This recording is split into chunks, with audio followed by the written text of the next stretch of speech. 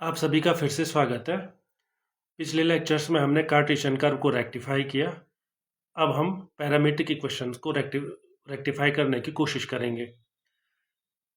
इसका तरीका लगभग कार्टेशियन जैसा ही है। पिछली बार आपने देखा था पिछले वाले लेक्चर में कि हमने पाइथागोरस थ्योरम लगाई थी आर्क लेंथ निकालने के लिए, और ये फॉर्मूला वहाँ पे आया था dx² + dy²। पर अब क्या है, x और y किसी तीसरे के फंक्शन है। इसमें या तो x वेरी कराया था हमने या y वेरी कराया था, लेकिन अब x और y किसी तीसरे t के फंक्शन है, इसलिए इसे आप लिख सकते हैं ds/dt whole square equal to dx/dt whole square plus dy/dt whole square पूरी साइड, और यहाँ से आपको ds/dt मिल जाएगा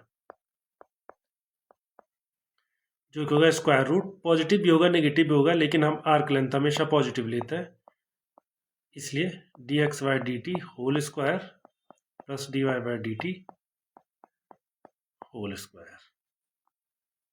तो इंटीग्रेट कीजिए विद रिस्पेक्ट टू dt, या इस dt को एक बार राइट हैंड साइड भेज दीजिए, तो कितना मिल जाएगा आपको।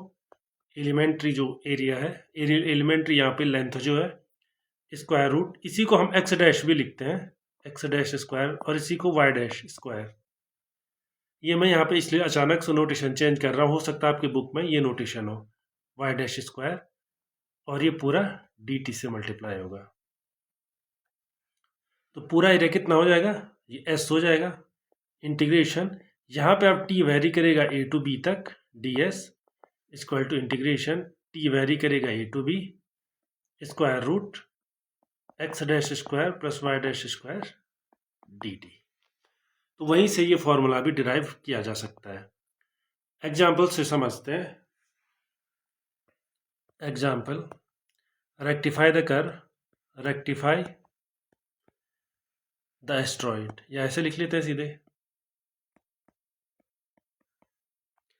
एस्ट्रॉइड की क्वेश्चन क्या होती है आपको पता ही है, x equal to a cos cube T parametric form में, और y equal to a sin cube T.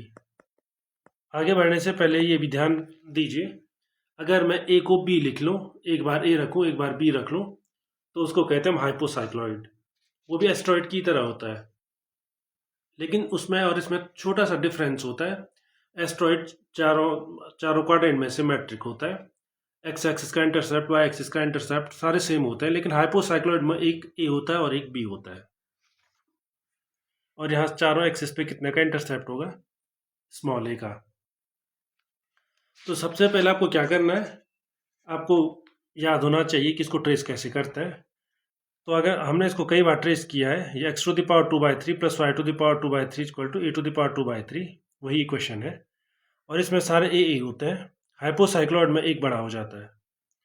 जैसे आप हाइपोसाइक्लॉइड मतलब एक को ए की जगह एक को बी कर लें, तो डिपेंड कर, जैसे b sin क्यूब टी कर दिया आपने जैसे, तो एक साइड ये ए हो जाएगा, x की मैक्सिमम वैल्यू ए हो जाएगी, लेकिन y की मैक्सिमम वैल्यू अब b हो जाएगी, तो y एक्सिस पे थोड़ा ऊपर तक चला जाएगा। तो अभी हमारे पास एस्ट्रॉइड है, वो ऐसे दिखते हैं, यहाँ भी टेंजेंट होता है, यहाँ भी टेंजेंट होता है, यहाँ भी टेंजेंट होता है, यहाँ भी टेंजेंट, यहाँ भी टेंजेंट,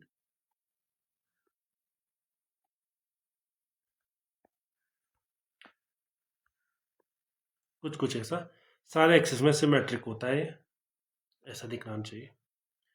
ये सारी डिस्टेंस ए और ए होती हैं।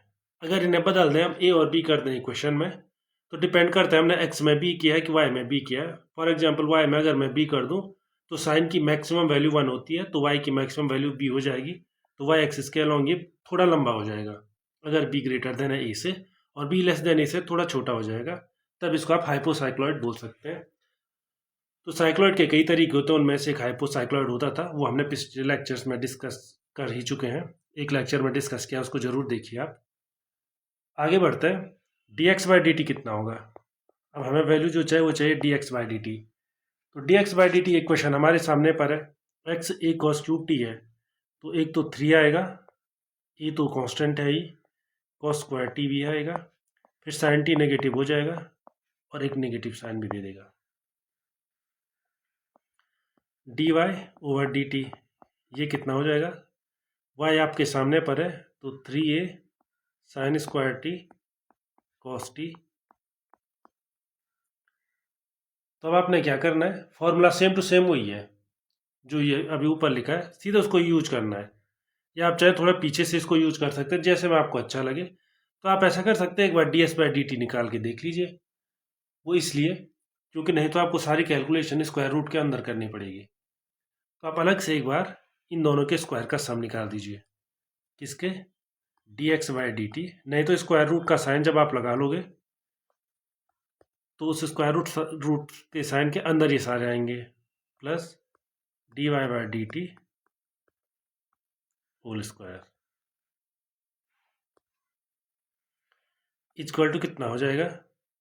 सबसे पहले माइनस साइन हट जाएगा, 9a² cos to the power 4t sine square t plus 9a² sine to the power 4t cos square t is equal to 9 constant, a² constant, cos square t constant, sine square t constant. पहले वाले में क्या मिल जाएगा? क्योंकि cos to the power 4 है इसलिए cos square मिल जाएगा वहाँ, और दूसरे में साइन टू द पावर 4 होने के कारण साइन t, और इसकी वैल्यू 1 होती है इसलिए इसे आप इग्नोर कर सकते हैं। तो ये कितना है? 3a sine t cos t whole square. ये होल स्क्वायर क्यों लिखा मैंने? क्योंकि ये ds/dt होल स्क्वायर की वैल्यू होती है। तो ds/dt इससे मिल जाएगा। ds/dt इससे कैसे मिल जाएगा? स्क्वायर रूट लेने से, या आप सीधे ds की ही वैल्यू लिख सकते हैं। तो 3a sine t cos t।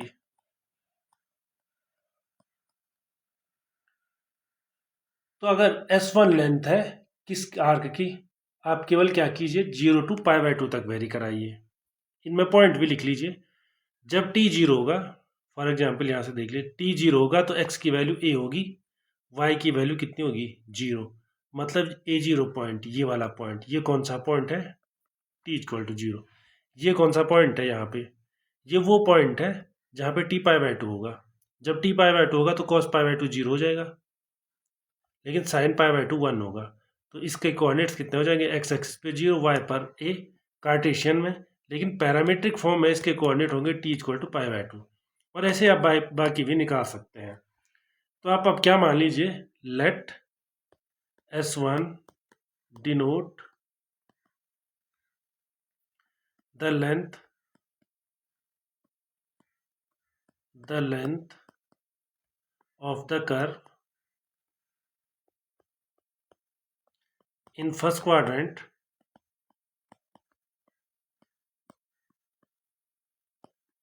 तो S1 कितना होगा?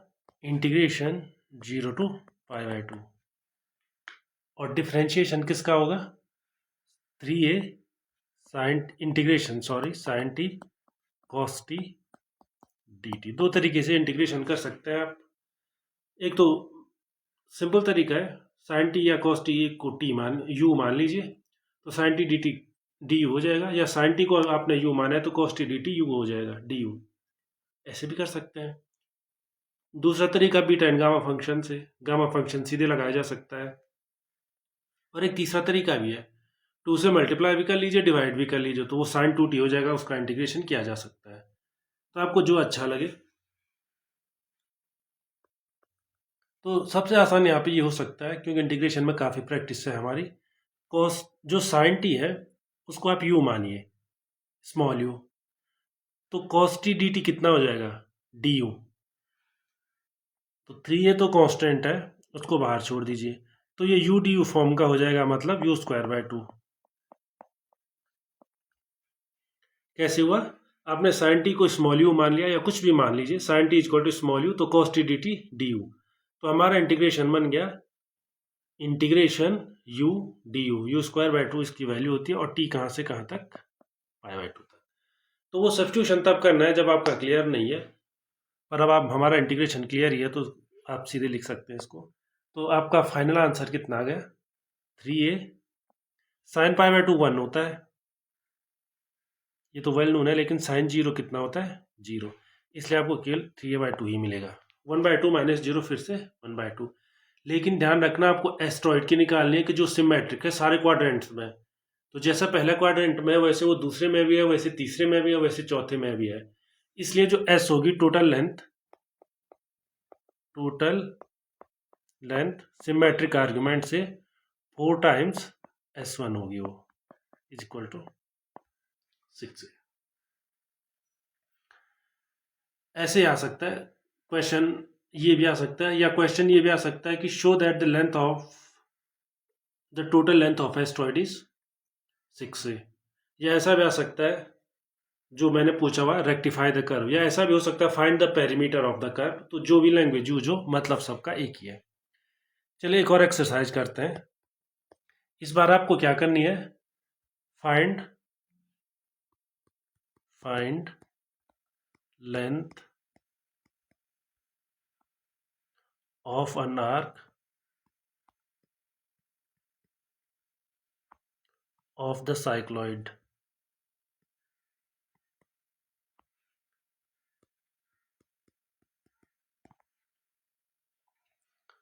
साइक्लॉइड की इक्वेशन आपको याद ही होगी, x equal to small a t minus sine T. और साइक्लॉइड कितने तरीके से बनता है वो सारे हमने एक लेक्चर में डिस्कस किए हुए हैं, अगर आपने मिस किया तो उन्हें भी देख लीजिए। कब साइक्लॉइड बनता है, कब हाइपोसाइक्लॉइड होता है वो, कब वो कार्डाइड बन जाता है, और ऐसे ही कब वो एस्ट्रॉइड बन जाता है। और ऐसे ही कई तरीके के साइक्लॉइड हमने बताए थे और अच्छे से डिस्कस किए हुए हैं, उन्हें आप देख सकते हैं। उनमें से एक साइक्लॉइड ही है। ये दिखता कैसे है, इससे आप एक एक्सिस मान लीजिए, इसे दूसरी मान लीजिए। तो t इक्वल टू 0 कहाँ पे होता है, ओरिजिन पे, और ओरिजिन पे जो टेंजेंट होता है ये खड़ी लाइन होती है। और उसके बाद t इक्वल टू 2 पाई पे ये लगभग यहीं कहीं आ जाएगा एक्स एक्सिस के आसपास। उससे पहले दिखेगा कैसे, यूं,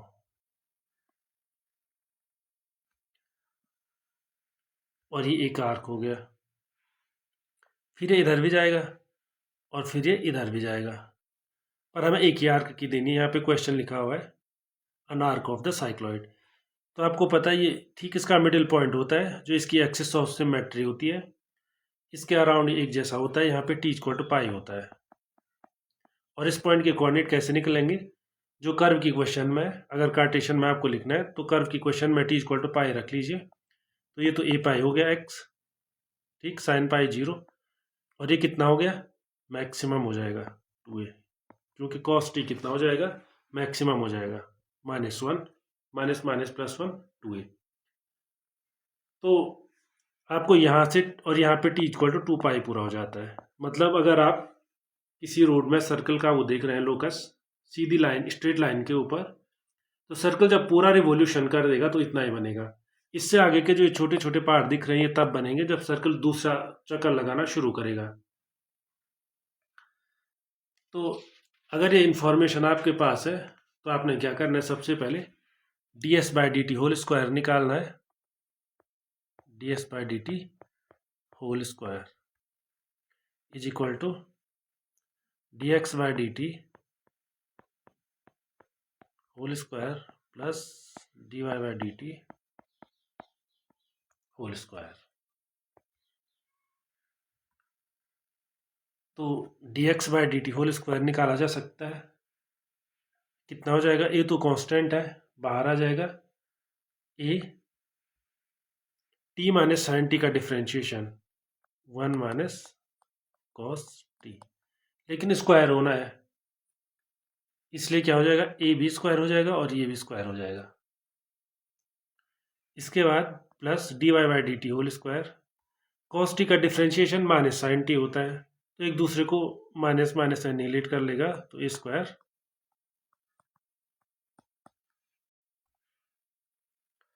इसे आगे सॉल्व कर दीजिए।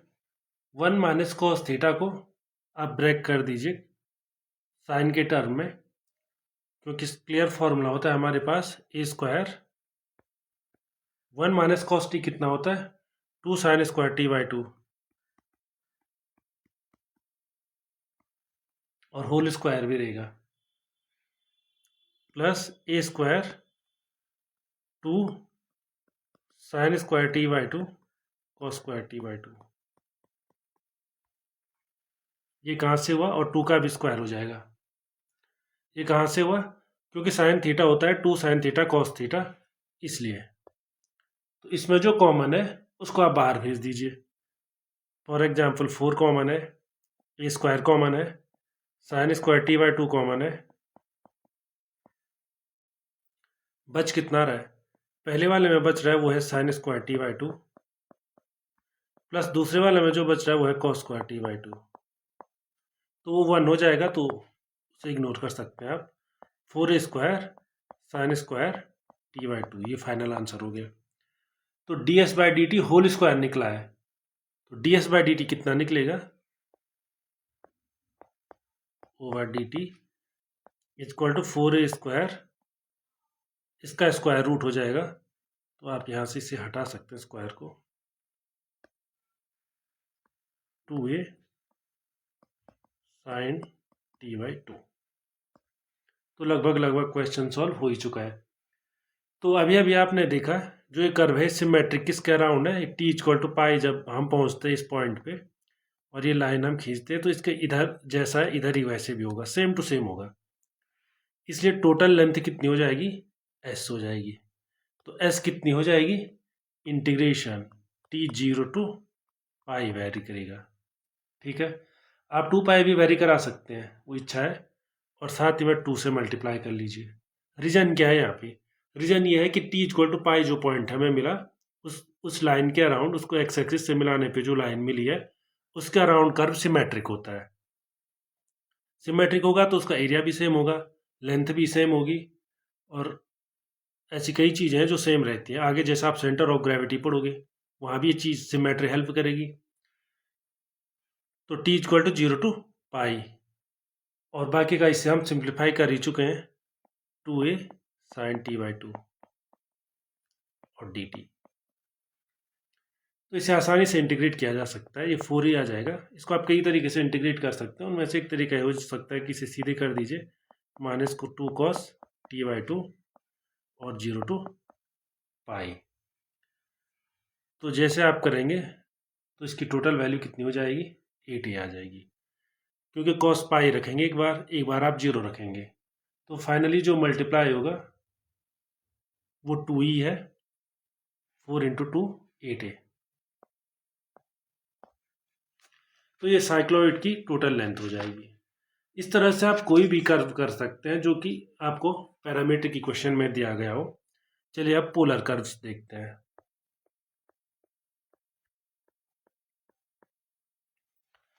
पोलर कर्व्स में भी आप ठीक वैसे ही बढ़िए जैसे हम अभी तक कार्टेशियन की फॉर्म में बढ़े हैं। स्टार्ट करते समय सबसे पहले हमने कार्टेशियन का देखा, फिर हमने पैरामीट्रिक का देखा। ऐसे ही पोलर कर्व्स की लेंथ होती है इंटीग्रेशन, यहाँ थीटा वेरी करता है, तो थीटा मान के चलो किसी थीटा 1 से थीटा 2 तक वेरी करेगा, तो जो फॉर्मूला होता है वो इतना आता है, R square plus D R D theta whole square और डी थीटा। या फिर आप आर को भी वेरी करा सकते हैं, एस की वैल्यू इतनी भी हो सकता है। इंटीग्रेशन आप R1 टू R2 वेरी करा लीजिए, स्क्वायर रूट यहाँ कितना मिलेगा 1 plus R D theta D R whole square और डी आर। तो यूजुअली हम थीटा को ही वेरी कराते हैं और उसके बाद ही निकालते हैं, पर आप चाहे तो आर को भी वेरी करा सकते हैं, उससे भी हो जाएगा। ठीक वैसे जैसे आप कार्टेशियन में एक्स को भी वेरी करा सकते हैं, वाई को भी वेरी करा सकते हैं। तो चलिए एक एग्जाम्पल से समझते हैं। कर्व सब लगभग आपको याद हो ही गए होंगे, तो उन्हीं में से एक कर्व है, find the perimeter, find the perimeter of the cardioid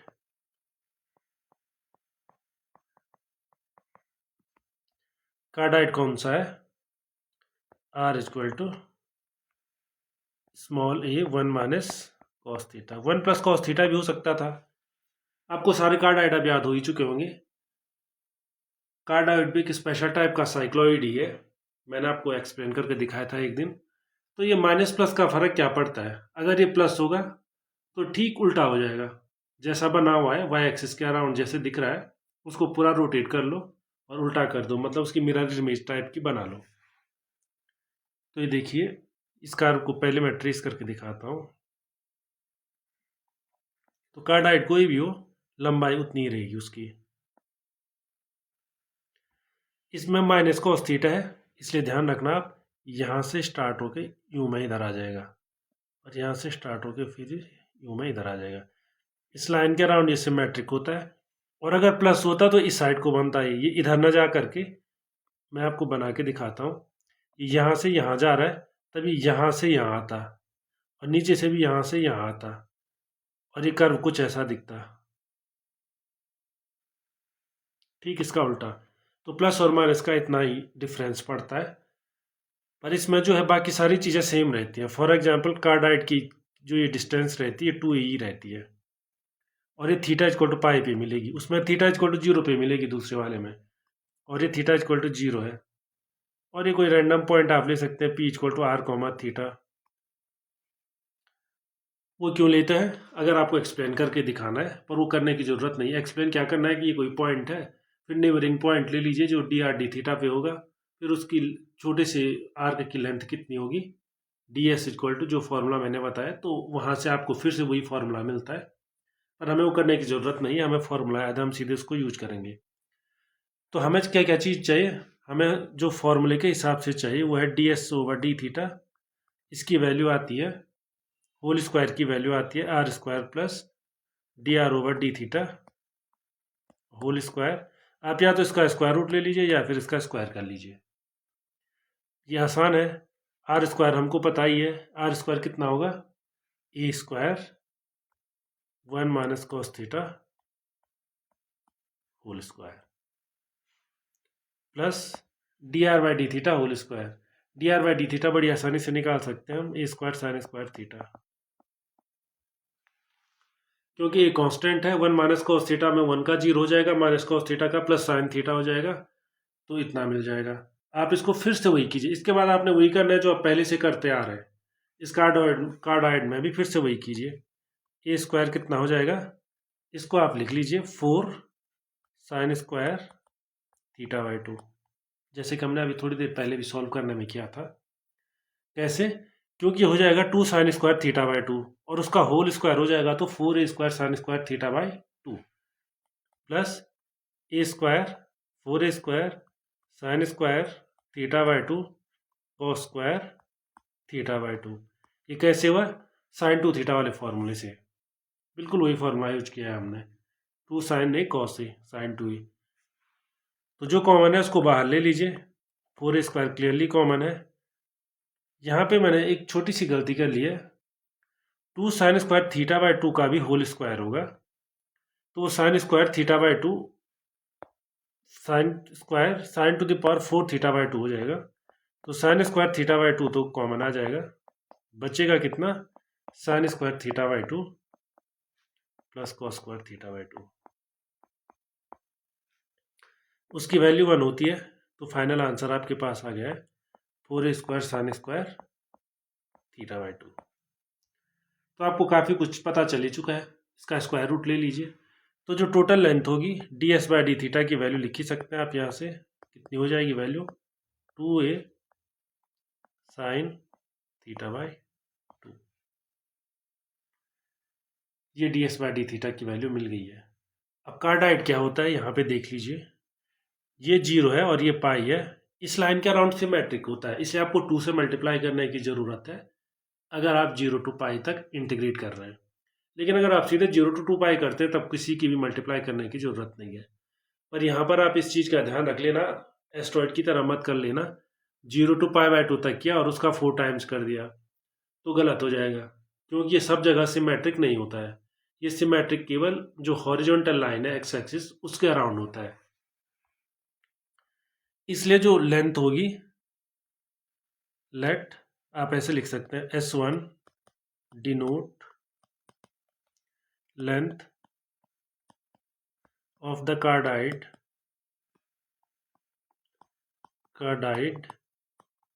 in the upper half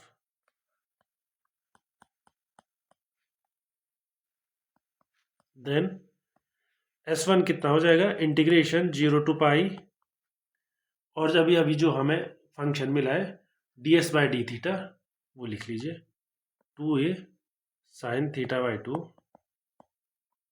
और d थीटा। तो आप आसानी से निकाल सकते हैं, ये इंटीग्रेशन निकालना कुछ भी कठिन नहीं है। 2a तो बाहर आ जाएगा, sin θ/2 का कितना हो जाएगा, माइनस cos θ/2, लेकिन एक 2 भी आ जाएगा, तो उस 2 को मल्टीप्लाई कर लीजिए यहाँ, और 0 to पाई। तो फाइनल आंसर कितना आ जाएगा, 4a। तो ये तो इसका 4a का आंसर है, अपर हाफ। ये 4a आंसर है, वो केवल अपर हाफ का है। आपको तो पूरे का एरिया चाहिए, पूरे की लेंथ चाहिए। तो पूरे की लेंथ निकालने के लिए आप लिख सकते हैं, hence the perimeter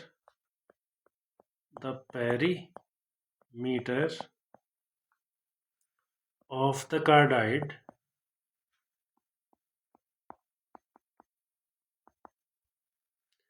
is 2 times S1 is equal to 80।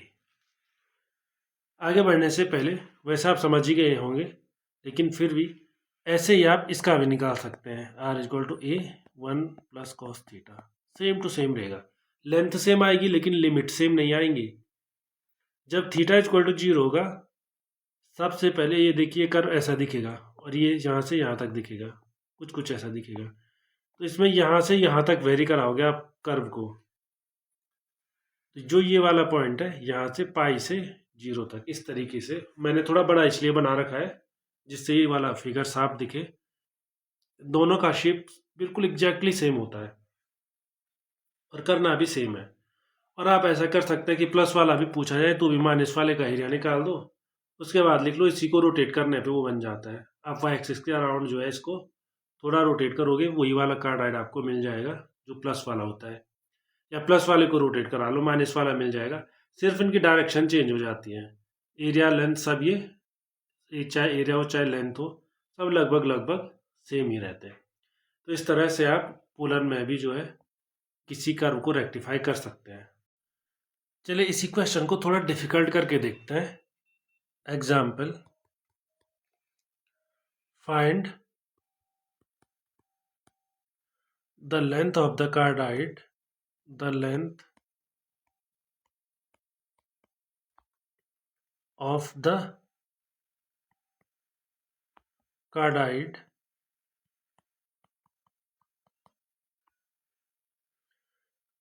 small r is equal to a1 minus cos theta lying outside the circle small r is equal to a cos theta। इसमें कार्डाइड की केवल उतनी लंबाई निकालनी है जो इस सर्कल से बाहर है, या ऐसे भी पूछा जा सकता है अंदर है। दोनों क्वेश्चन में लगभग प्रोसेस सेम ही है, थोड़ा लिमिट्स का डिफरेंस हो जाएगा। तो ये r equal to a cos theta एक सर्कल है, पहले हमने ट्रेस कर किया है, और आपको याद होगा कि जब हमने area bounded by 2 polar curves किया था, तो वहाँ पे हमने कार्डाइड और सर्कल के बीच का एरिया निकाला था। तो यही था, r की जगह पे a cos थीटा यहाँ पे है, तो वहाँ पे r equal to 2a cos theta था। बस a और 2a का ही डिफरेंस है। तो सबसे पहले आप एक y एक्सिस बना दीजिए, एक x एक्सिस बना दीजिए, और जो कार्डाइड है कैसे दिखता है,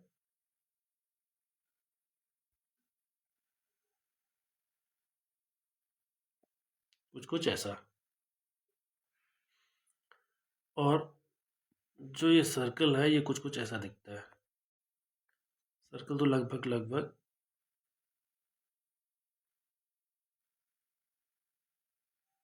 ये लीजिए, ये बन गया सर्कल। सबसे पहले ये दोनों एक दूसरे को इंटरसेक्ट कहाँ पे करते हैं, ये आपको पता ही है। थीटा इक्वल टू 0 है, बोलने की जरूरत तो है नहीं, ये थीटा इक्वल टू पाई है। अब पहला क्वेश्चन ये है कि ये दोनों इंटरसेक्ट करते कहाँ पे हैं। तो कार्डाइड क्या है, r इक्वल टू ए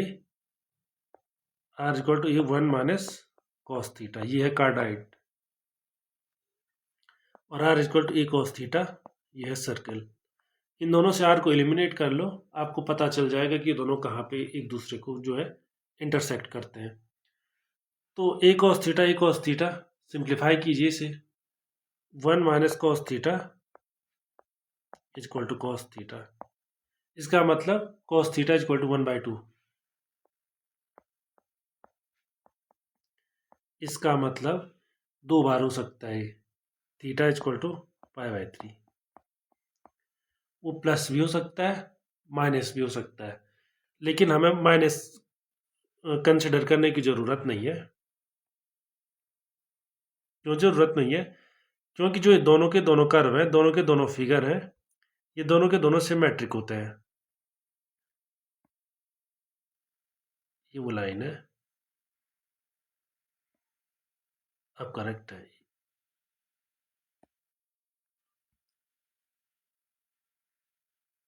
चलिए बन गया। तो ये कौन सी लाइन है? थीटा इक्वल टू π/3, ठीक जहाँ पे एक दूसरे को इंटरसेक्ट कर रहे हैं। तो अगर इनसाइड सर्कल है तो आप तब भी अपर हाफ का अपर की जो पॉजिटिव डायरेक्शन है वही का निकालिए और फिर 2 टाइम्स कीजिए। आउटसाइड सर्कल है तब भी वही कीजिए और फिर फाइनली 2 टाइम्स कर दीजिए। तब आपको करना क्या है, सेम टू सेम वही फॉर्मूला आपके पास है, तो इस बार अब लिखने की ज़रूरत नहीं है, पर आप समझ गए होंगे हम क्या आर्गूमेंट कर रहे हैं, बाय सिमेट्री आर्गूमेंट। जो टोटल लेंथ होगी, रिक्वायर्ड लेंथ जो होगी वो होगी 2 times length from theta equal to π/3 to theta equal to pi. ये देख लीजिए, ये आउटसाइड बोला है ना, तो आउटसाइड आप यहाँ से चलेंगे और यहाँ तक थीटा इक्वल टू पाई तक, और उसका 2 टाइम्स कर लीजिए। इनसाइड होता तो 0 टू π/3 चलते। इसके बाद क्या करोगे, तो 2 टाइम्स इंटीग्रेशन थीटा π/3 से वेरी करना स्टार्ट होगा, पाई तक वेरी होगा, square root of r² plus dr/d theta whole square और डी थीटा। थोड़ी देर पहले हमने ये किया हुआ है, अभी थोड़ी देर पहले हमने इसे सॉल्व किया था। इस इंटीग्रेशन की वैल्यू हमने निकाली थी, उसको आप यूज कर सकते हैं। 2 टाइम्स इंटीग्रेशन π/3 टू पाई। अभी जो ये क्वांटिटी हमने निकाली थी आप यहाँ पे देख सकते हैं, 2r ये था, तो ये कितना आया था 2a sin θ/2, तो उसका आप यूज कर सकते हैं। और फाइनल आंसर का भी आप यूज कर सकते हैं, इंटीग्रेशन के बाद कितना आता है उसका भी आप यूज कर सकते हैं। तो इसका आंसर कितना आ जाएगा, 2a sin θ/2 बस, और डी थीटा। तो 2 to 4 sin θ/2 minus 2 cos θ/2 π/3 to pi. और इसे आप सिंप्लीफाई कर सकते हैं, ये 2 फिर से बाहर आ जाएगा, और साथ ही में जो ये है पाई पे भी आप वैल्यू रखिए, माइनस पे भी रखिए, तो कितना हो जाएगा, -8 पहले ही कर लीजिए, cos π/2 माइनस cos π/6 -8 तो है ही है, ये तो 0 होता है, cos 90 0 होता है, माइनस √3/2, तो फाइनली 4a²√3। इस तरह से आप बाकी के जितने भी पोलर कर्व्स हैं उनको भी रेक्टिफाई कर सकते हैं, उनकी लेंथ निकाल सकते हैं, चाहे लूप हो चाहे किसी भी तरह का हो। अगले लेक्चर में हम आगे बढ़ेंगे, हम रेक्टिफिकेशन भी सीख चुके हैं और हम एरिया ऑफ कर्व सीख चुके हैं। अब हम मल्टीपल इंटीग्रल्स की तरफ बढ़ेंगे, जहाँ हम वॉल्यूम निकालना सीखेंगे और ये देखेंगे फिर फाइनली मल्टीपल इंटीग्रल और सिंगल इंटीग्रल कैसे कनेक्टेड होते हैं, वो भी आगे के लेक्चर्स में देखेंगे। Thank you.